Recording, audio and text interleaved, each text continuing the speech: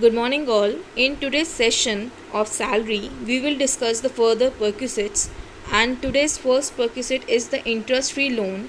It is the perquisite in respect of interest-free loan or loan at concessional rate of interest to the employee or any member of his household by the employer on his behalf is not taxable if its aggregate amount of loan given by him doesn't exceed 20,000. Interest free loan employer ने दिया है employee को, लेकिन अगर उसका aggregate amount 20,000 तक है वो टैक्सेबल नहीं होगा. अब टैक्सेबल क्या होगा? टैक्सेबल वैल्यू इसके अंदर होगी जितना उसने लोन दिया है. 20,000 से एक्सीड होगा. ऑफकोर्स मैंने बोला 20,000 तक टैक्सेबल नहीं होगा. If it exceeds 20,000 then the what will be the taxable value? It will be the loan amount into SBI interest rate. It is the SBI interest rate minus actual interest rate. If it is provided by the employer at the rate of 3% and the SBI interest is 5%, what I have said, the actual interest rate charged by the employer is 3% and SBI interest rate is 5%, then remaining 2% into loan amount will be your taxable value of interest-free loan. Okay. However, if the loan is taken for the treatment of specific disease, then interest benefit is not taxable. Even if the loan amount is more than 20,000. ठीक है. This covers with the interest-free loan perquisite. Next perquisite is the credit card, a club facility. So if as all you know credit card वगैरह की facility भी दी जाती है, as a परक्विसिट दी जाती है. अगर it is for official purpose then वो exempt होती है. But however they are following conditions which need to be followed. First condition is the complete details in respect of such expenditure are maintained by the employer. The complete details in respect of such expenditure are maintained by the employer, which may inter alia include the date of expenditure and the nature of expenditure. ठीक है. Complete details होनी चाहिए इन respect of such expenditure. Employer पूरी complete details maintain कर रहा हो जिसमें date of expenditure भी लिखा है और नेचर ऑफ एक्सपेंडिचर भी मेंशन है. The employer gives the certificate. Employer certificate देगा for such expenditure to the effect that such expenditure was incurred wholly and exclusively for the performance of official duties. ठीक है. This is for credit card if provided for official purpose. If it is for personal purpose then joining fee plus renewal fee will be taxable. Joining fee and renewal fee shall be taxable. And where the employer has obtained corporate membership of the club, जहाँ employer ने corporate membership लिया है club का, and the facilities enjoyed by the employee or any member of his household. ठीक है. क्या बोला मैंने अभी? where the employer has obtained corporate membership of the club and the facilities enjoyed by the employee or any member of his household, then amount incurred by the employer for such facility shall be taxable perquisite in the hands of employees. Then amount incurred by the employer for such facility shall be taxable perquisite in the hands of all employees. लेकिन initial fees जो पे की गई है for obtaining the corporate membership, it will not be taxable as a perquisite. I will repeat, the initial fees which is paid for obtaining corporate membership shall not be a taxable perquisite. This completes with the credit card and club facility.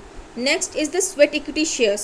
Sweat equity shares आपने अपने law में भी पढ़ा होगा and company accounts में भी पढ़ा होगा स्वेट इक्विटी शेयर्स. अब इसमें हम इसके अंदर स्वेट इक्विटी शेयर्स आपको ऑलरेडी पता होगा, आपने कंपनी लॉ में पढ़ा होगा कि sweat equity shares means equity shares issued by the company to its employees और डायरेक्टर्स एट अ डिस्काउंट और for a consideration other than cash for providing technical know-how or making available rights in nature of intellectual property rights or any value additions by whatever name called.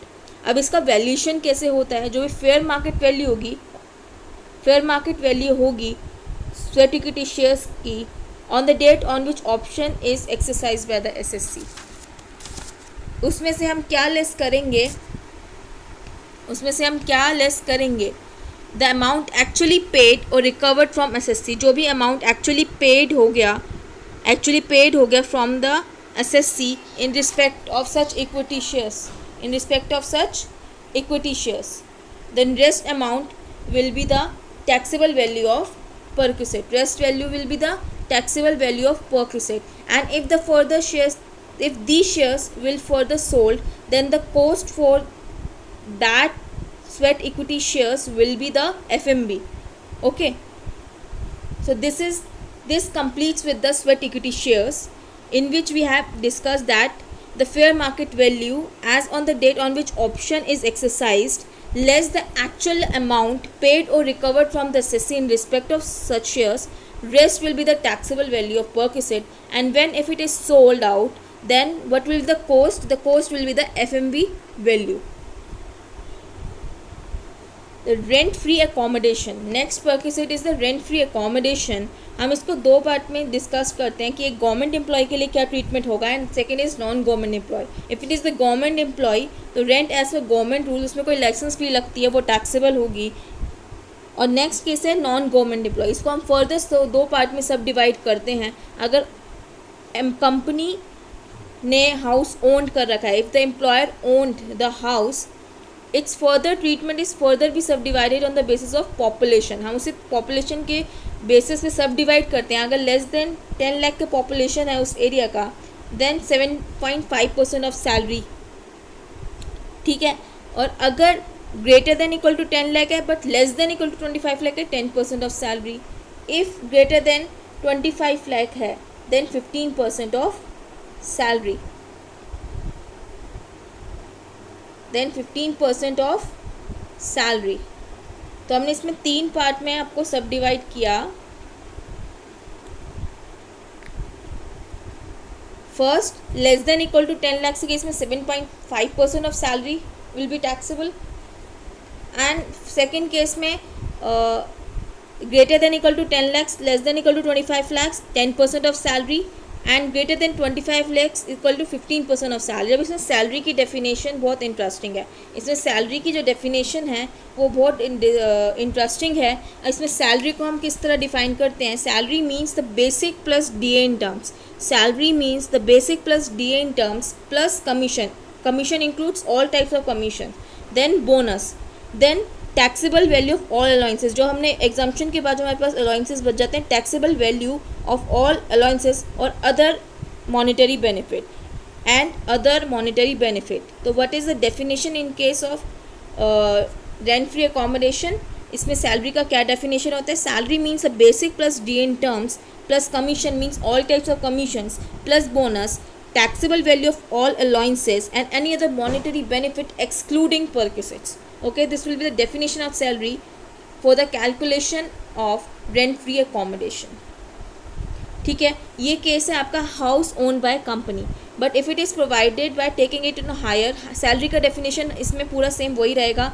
इसमें treatment hire के case में treatment ये हो जाएगा rent paid और 15% of salary whichever is less is taxable. Rent paid और 15% of salary whichever is less is taxable. अगर लेकिन इसके साथ फर्नीचर भी प्रोवाइड किया गया है और वो फर्नीचर एम्प्लॉय ने ओन किया हुआ है तो 10% of cost of furniture perquisite का पार्ट बनेगा. लेकिन अगर हायर कर रखा है, जो भी एक्चुअल हायर चार्जेस पेड हो रहे हैं वो उसका परक्विजिट का पार्ट बनेगा.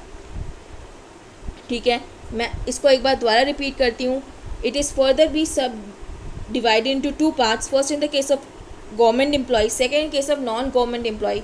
ठीक है. In case of government employ licence fee will be taxable. जो आपको क्वेश्चन में प्रोवाइड होगी वो सीधा टैक्सेबल होगी. अगर नॉन गवर्नमेंट एम्प्लॉय, इसको हम दो पार्ट में सब डिवाइड करते हैं कि हाउस कंपनी ने ओन किया हुआ है या उन्होंने हायर पे लिया हुआ है और फिर उन्होंने उसको एम्प्लॉय को वो बेनिफिट परक्विजिट दिया है.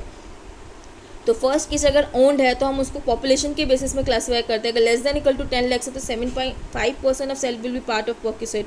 If greater than equal to 10 lakhs, less than equal to 25 lakhs, 10% of salary will be part of perquisite. अगर ग्रेटर देन 25 lakhs तो 15% of salary will be part of perquisite. अगर second case है आपका, अगर वो hire पे दिया हुआ है, provided by taking it on higher, अगर हायर पे लिया हुआ है एम्प्लॉय ने एंड वो फिर एम्प्लॉय को प्रोवाइड हो रहा है, तो रेंट पेड और 15% of salary which ever is less is taxable. Rent paid और 15% of salary which ever is less is taxable. और अगर फर्नीचर इसमें फर्नीचर भी आपको साथ में प्रोवाइडेड हो रहा है, अगर furniture is also provided Then we further classify into two areas. If it is owned by employer, then 10% of cost of furniture will be part of perquisite. But if it is hired by employer, then actual hired charges will be part of perquisite.